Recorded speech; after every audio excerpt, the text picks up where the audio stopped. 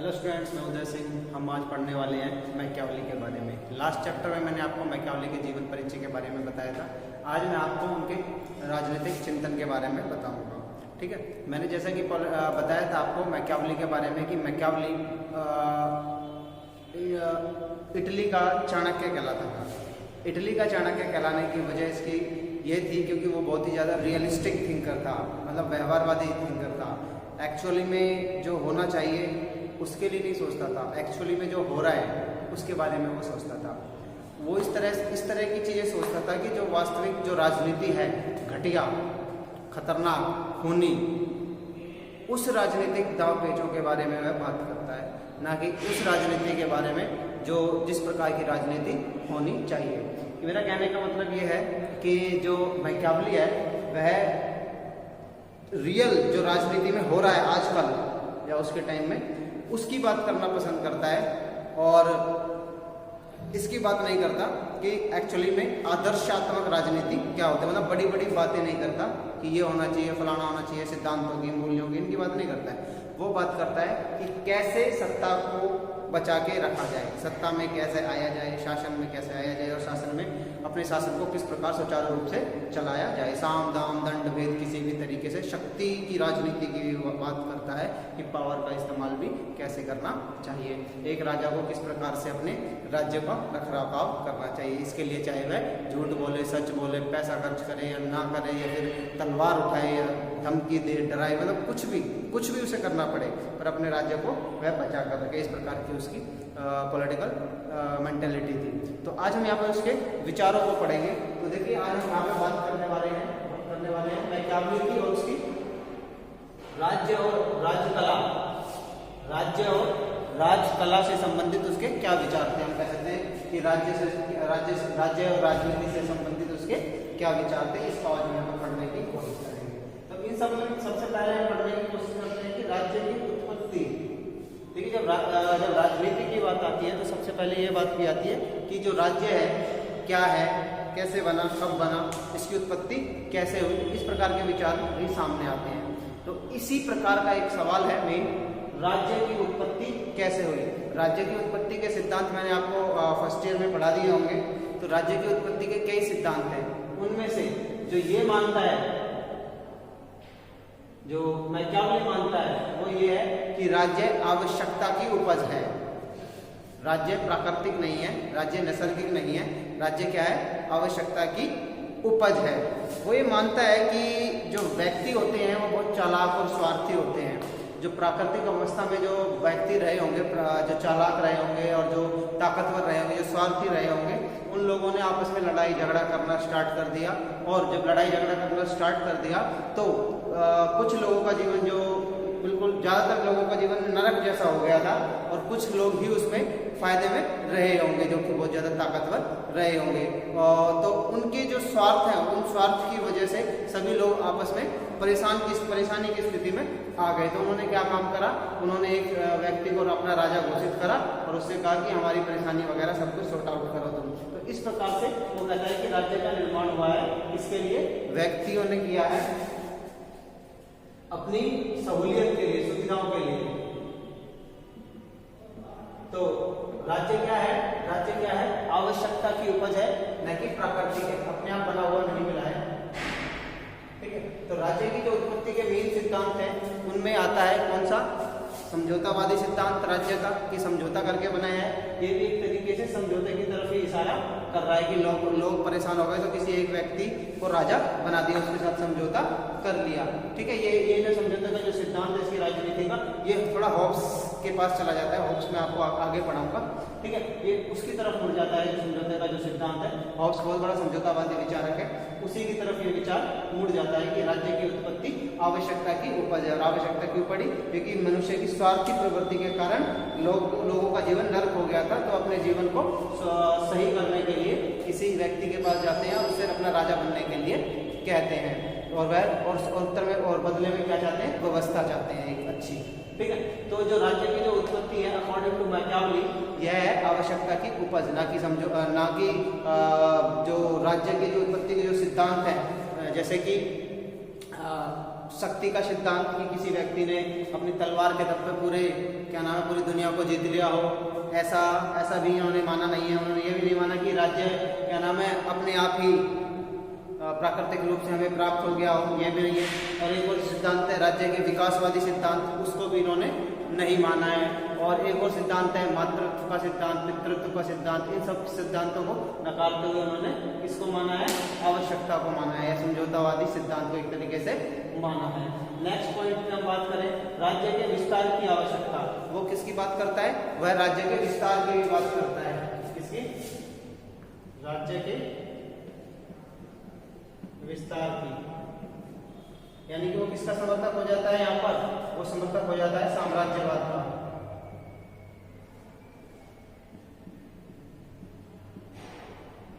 साम्राज्यवाद का समर्थक हो जाता है। ठीक है, साम्राज्यवाद क्या होता है, साम्राज्यवाद होता है अपने राज्य का विस्तार करना, अपने राज्य को बढ़ाना। चाणक्य की भी यही नीति है, चाणक्य की भी यही नीति है साम्राज्यवाद का। चाणक्य का जो एक सिद्धांत है, आपने शायद फर्स्ट ईयर में पढ़ा होगा, मंडल सिद्धांत। मंडल सिद्धांत में 12 राज्य होते हैं और विजुगुषी, मित्र, अरिमित्र, ठीक है, इस प्रकार के जो राज्य थे उनका क्या था कि एक राज्य था, राज्य के जो पड़ोसी वाले राज्य थे वो इसके शत्रु थे, तो इनको दोनों को जीतने की सोचता है। और फिर जब इनको जीत लेगा तो इधर के जो और राज्य होंगे अब वो इसके दुश्मन बन जाएंगे। ठीक है, मतलब कुल मिला के उसके पड़ोसी राष्ट्र उसके दुश्मन है तो उन्हें जीत लो का मतलब उन्हें अपने जीत के अपने राज्य में मिला लो, और ऐसे मिला के अपने राज्य को बहुत बड़ा कर दो। ये था किसका, अरस्तु का, सॉरी चाणक्य का मंडल सिद्धांत। वैसा ही सिद्धांत किसका है, मैकियावेली का है। किसके बारे में, राज्य के बारे में, राज्य के विस्तार को लेकर। ठीक है, तो यहाँ पर चाणक्य भी विस्तारवादी नीतियों को फॉलो करते हुए साम्राज्यवादी बनता है और मैकियावेली भी साम्राज्यवादी है। ठीक है, राज्य के विस्तार को लेकर क्या है, साम्राज्यवादी है मैकियावेली। यहाँ पर मैकियावेली 2 राज्यों की बात करता है। तो बोला 2 तरह के राज्य होते हैं, एक तो स्वस्थ राज्य और दूसरा अस्वस्थ राज्य। बोले स्वस्थ राज्य वो राज्य होता है, 2 राज्यों की बात करता है, स्वस्थ राज्य और अस्वस्थ राज्य। स्वस्थ राज्य वह राज्य होता है जो निरंतर अपने राज्य को विस्तार देता रहता है, आकार देता रहता है, विस्तार देता रहता है। ये कौन सा राज्य है, स्वस्थ राज्य। अस्वस्थ राज्य वह होता है जो हमेशा स्थिर रहता है, वो अपने राज्य को आकार नहीं देता। वह रोमन साम्राज्य को कहता है। रोमन साम्राज्य बहुत पुराने टाइम में रोमन साम्राज्य तो बहुत ही प्रसिद्ध, उसका पतन हो गया था बाद में। इसके पतन का यही कारण था रोमन साम्राज्य का, क्योंकि वह अस्वस्थ था, वह सदैव स्थिर रहा, उसने अपने राज्य को विस्तार नहीं दिया था। नेक्स्ट पॉइंट है विभिन्न शासन प्रणालियां। विभिन्न शासन प्रणालियां, वो राज्य में कौन कौन सी शासन प्रणालियां होती हैं उसके बारे में बात करता है। यहाँ वह अरस्तु से काफी प्रभावित दिखाई देता है। क्यों, क्योंकि अरस्तु की तरह ही वह 6 प्रकार की शासन प्रणालियों की बात करता है, राजतंत्र, कुलीन तंत्र, वैध प्रजातंत्र, तानाशाही, धनिक तंत्र और प्रजातंत्र। बस इन्हें शुद्ध रूप और अशुद्ध रूप में बांट देता है, यानी कि 3 प्रकार की शासन प्रणालियों को 6 प्रकार की बना देता है, शुद्ध और अशुद्ध में बांट के अरस्तु की तरह। वैसे तो मेनली तो 3 ही हो गए, राजतंत्र जो उसका अशुद्ध रूप तानाशाही हो जाएगा जो कि निरंकुश तंत्र की तरह है, कुलीन तंत्र जो कि अरस्तु ने बताया, वो कहता है कि धनिक तंत्र में कन्वर्ट हो सकता है, जैसे कि अरस्तु ने बताया था। तो कहता है कि कुलीन तंत्र भी होता है, धनिक तंत्र भी होता है, राजतंत्र भी होता है, तानाशाही भी, और वैध प्रजातंत्र और प्रजातंत्र। यहाँ पर उसने भीड़ तंत्र शब्द के स्थान पे प्रजातंत्र शब्द का इस्तेमाल किया है और यहाँ पर वैध प्रजातंत्र का इस्तेमाल किया है। अब वो कहता है इनमें से बेस्ट शासन प्रणाली कौन सी है, वह कहता है देखो इन सब में बेस्ट शासन प्रणाली तो वैध प्रजातंत्र है, जिसे वह किसका नाम देता है, गणतंत्र का। कहता है बेस्ट शासन प्रणाली तो गणतंत्र है, पर कहता है कि गणतंत्र हमेशा सही नहीं होती।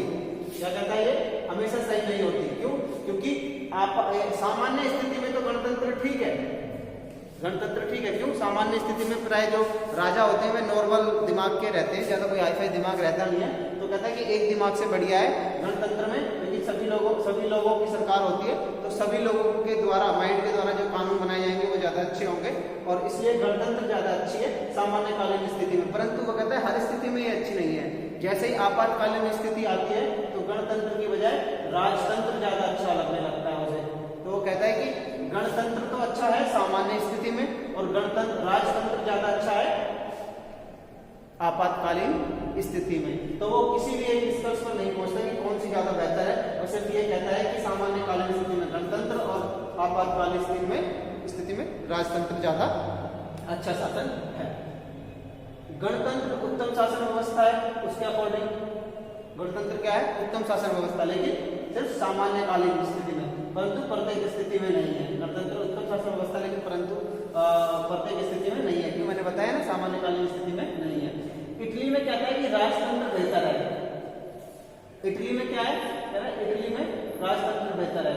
इसकी वजह भी बताता है वो, क्योंकि गणतंत्र को ज्यादा अच्छी बता रहा है, लेकिन कह रहा है इटली में राजतंत्र चाहिए। क्यों चाहिए, क्योंकि यहाँ पर नागरिक भ्रष्ट है, लोगों के बीच में आर्थिक असमानता है, कोई गरीब तो कोई बहुत ज्यादा अमीर है, और उसकी तत्कालीन व्यवस्था कुछ इस प्रकार की है, इसे सुधारने के लिए राजतंत्र जैसी शासन व्यवस्थाओं का होना जरूरी है, वो भी निरंकुशता भरी। ठीक है, तो राजतंत्र को यहाँ पर ज्यादा बेहतर मानता है इटली के लिए, क्योंकि वहां की तत्कालीन व्यवस्था कुछ इसी प्रकार की है। नेक्स्ट, कानून के संबंध में उसके क्या विचार है। देखिए, कानून के संबंध में उसके स्पष्ट विचार है कि राजा जिन कानूनों को बनाते हैं वही कानून बेस्ट होते हैं, उसके अलावा जितने भी शाश्वत, प्राकृतिक, दैवीय जितने भी कानून हैं वो सब बकवास हैं। सबसे बेहतर कानून तो यही है जो राजा या विधायिका बनाती है। राजा या विधायिका जिन कानूनों का निर्माण करते हैं वही कानून बेस्ट होते हैं, और बाकी के सभी शाश्वत, दैवीय वगैरह वगैरह जितने भी कानून है सब यूजलेस है। अब वो बात करता है संप्रभुता की। किसकी बात करता है, संप्रभुता की। देखिए, संप्रभुता का मतलब होता है आंतरिक और बाहरी रूप से किसी भी दबाव से मुक्त होना। क्या होता है, संप्रभु होता है। ठीक है, तो वह संप्रभुता शब्द की ओपनली तो कभी बात नहीं करता, बिल्कुल खुले रूप से कभी बात नहीं करता है वह संप्रभुता की। वह अविभाज्य एवं निरंकुश संप्रभुता की बात जरूर करता है, लेकिन कभी भी डायरेक्ट शब्दों में नहीं कहता है। क्यों, क्योंकि वह राजा को क्या कहता है, राजा को जो शक्ति मिली होती है वह अविभाज्य होती है, यह मानता है। राजा क्या है, संप्रभु। वह राजा को संप्रभु मानता है। क्यों, क्योंकि वह किसी भी बाहरी और आंतरिक दबाव से मुक्त होता है। तो राजा संप्रभु है, और राजा की जो शक्ति है वह अविभाज्य होती है। सारी शक्तियां राजा में ही निवास करती है, उनका इस्तेमाल जो है स्वयं ही करता है, और वह निरंकुश भी होता है। निरंकुशता के साथ भी उन शक्तियों का प्रयोग कर सकता है। ठीक है, क्लियर। यही था आज के चैप्टर में। इससे आगे का जो पार्ट है राजा के आचरण से संबंधित पार्ट है, वो मैं आपको कल के चैप्टर में कराऊंगा। आज बस इतना ही पढ़ेंगे हम। ठीक है, ओके, थैंक यू।